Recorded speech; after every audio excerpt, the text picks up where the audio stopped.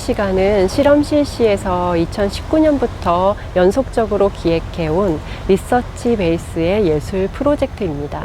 원도심의 한 장소를 오래 관찰하고 그곳에 자생하는 식물, 살고 있는 사람들의 기억, 또 장소에 담겨진 이야기를 토대로 7명의 예술가와 실험실시가 장소 특정적 예술로 풀어낸 세 번째 전시이기도 합니다.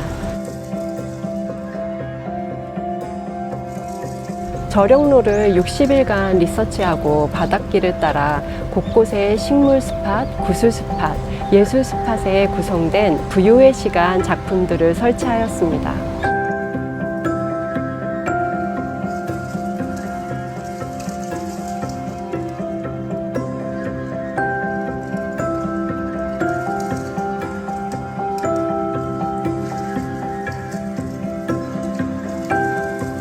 관객은 관찰꾸러미에 담긴 여러 도구로 지형지물을 찾아가고 전시를 감상하면서 나무의 껍질과 카드를 비교해 식물의 이야기를 듣게 되는 수피카드라던가 해녀와 지역의 토박이 5분들의 이야기를 구슬로 정리한 저력로 바다와 주민의 기억처럼 관람객들이 부유의 시간에 참여하며 자연스럽게 저력로의 이야기에 귀 기울이게 되고 우리와 더불어 사는 존재들의 이면을 돌아보면서 현재 우리가 기억해야 하는 것들 또 지켜야 하는 것들이 무엇인가에 대해서 질문해보고 가늠해보는 사색의 시간을 갖게 될 것입니다.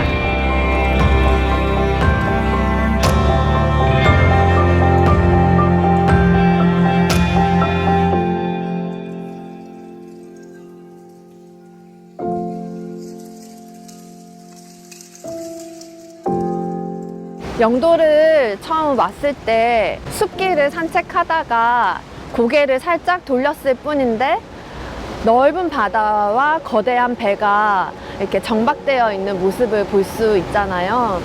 그 모습을 보면서 원근감 그리고 이미지의 대비가 가장 인상적이었고 또 처음 알게 된 바다 달팽이 군소를 보면서 그 두 쌍의 더듬이로 감각 활동을 하면서 움직이는 모습을 보면서 많은 힌트를 얻었어요. 그리고 사람은 사람의 길에서, 군소는 조간대에서, 식물은 숲에서, 배는 바다에서 각자의 장소, 위치, 또 영역에서 이렇게 있는 모습을 보면서 멀리 보는 것과 가까이 보는 것의 중첩이 이 작업에 꼭 들어가야겠다고 생각했습니다. 이 프로젝트에서 공연장이나 전시장에서는 느낄 수 없는 어떤 공간 경험을 적극적으로 담고 싶었는데요. 그래서 이 서식지 영상 5가지는 어디에서나 볼 수 있지만 여기서 꼭 봤을 때 더 생명력이 살아나는 그런 작업입니다. 파도와 그 땅이 만나는 지점을 보면 이렇게 일정하지 않습니다. 그래서 물이 들어오면 땅이 좁아지고 바다가 넓어지고 물이 빠지면 이제 바다가 좁아지고 땅이 넓어지고 그래서 경계를 생각을 했을 때 그 경계를 사실 종잡기가 참 어려운 면이 있어요. 그런데 멀리서 보면 땅하고 바다는 이렇게 분명히 선이 이렇게 보이거든요. 그래서 우리가 어디서 보냐에 따라 가지고 경계가 분명할 수도 있고 분명하지 않을 수도 있고 거기서부터 한번 출발을 해봤습니다. 바람이 불면 작품이 흔들흔들 이렇게 움직일 겁니다. 어쩌면 이제 물이 이렇게 파도가 치면서 이제 흔들흔들 하는 것처럼 그냥 아무 생각 없이 보고 있으면 어느 순간 마치 이 아이가 혹시나 살아있는 건 아닐까 라는 생각이 든다면 아마 저하고 아주 비슷한 생각을 하실 것 같아요.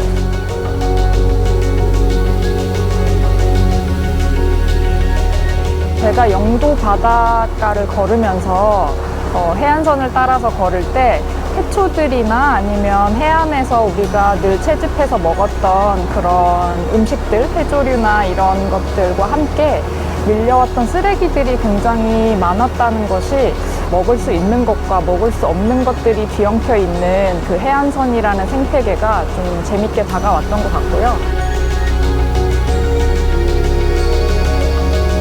비치코밍 캔디는 캔디를 만드는 과정에 관객분들이 적극적으로 참여하시게 되는데요. 비치코밍을 해오신 쓰레기들과 그리고 제가 녹인 설탕을 부어서 그 쓰레기와 그리고 해초와 먹을 수 있는 것과 먹을 수 없는 것들이 한데 엉킨 어떤 하나의 먹을 수 있는 오브제를 만드는 그 경험 자체를 통해서 내가 만든 이 물건, 이 음식이 과연 먹을 수 있는 것일까, 먹을 수 없는 것일까에 대한 혼란함과 당혹스러움을 함께 느껴보셨으면 좋겠습니다.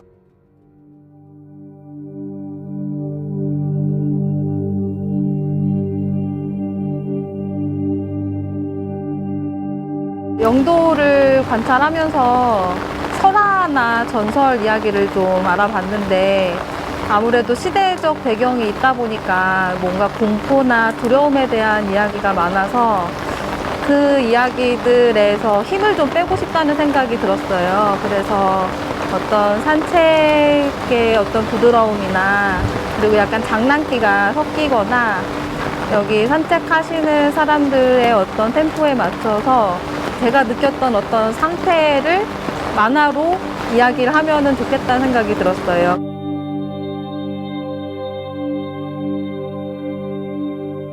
제 만화가 되게 다른 존재감으로 존재하고 사람들이 그 존재를 느끼면서 그 미션을 하기도 하고 그 말을 듣기도 하고 그런 상황을 좀 연출하고 싶었습니다.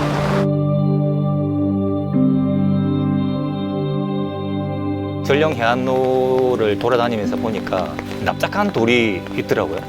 근데 이 납작한 돌이 있을 장소가 아닌데 대부분 이 바닥에 있는 것처럼 이렇게 몽돌이죠.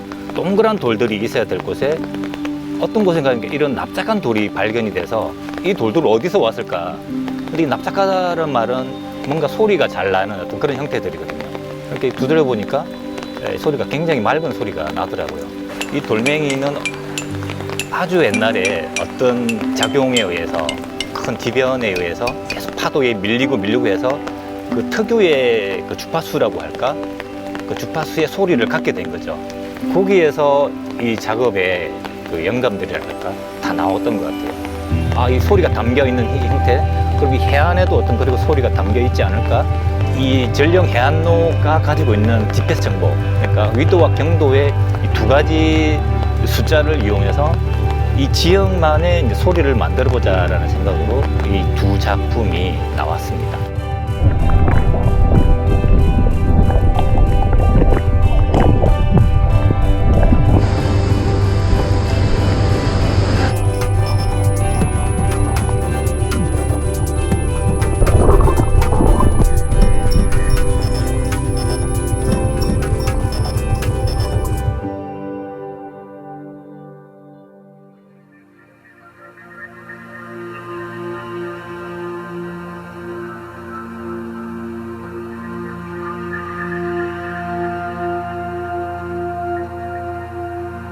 물고기 여인이라는 전설의 주인공을 배경으로 해서 관객 참여형 퍼포먼스 작업을 이번에 진행했습니다.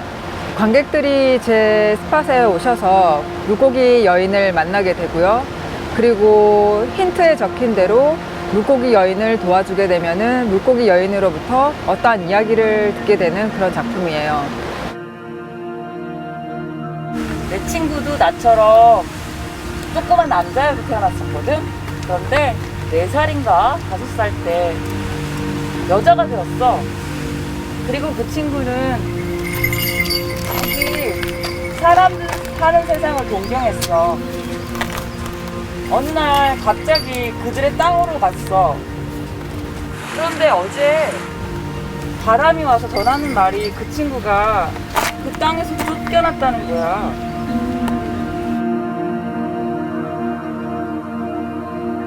사실 이런 남자가 여자가 되고 여자가 남자가 된다는 이런 이야기는 실제로 많은 해양 생물들의 실제 생태 방식을 제가 베이스로 만든 이야기입니다. 이런 해양 생물들의 다양한 생식 방법들이 사실은 엄청나게 자연스럽고 그것이 당연한 것인데 왜 인간 사회에서는 그러한 성적 소수자들이 탄압을 받아야 되고 차별을 받아야 되고 지탄을 받아야 하는가, 그런 것에 대한 이야기를 하고 싶었습니다.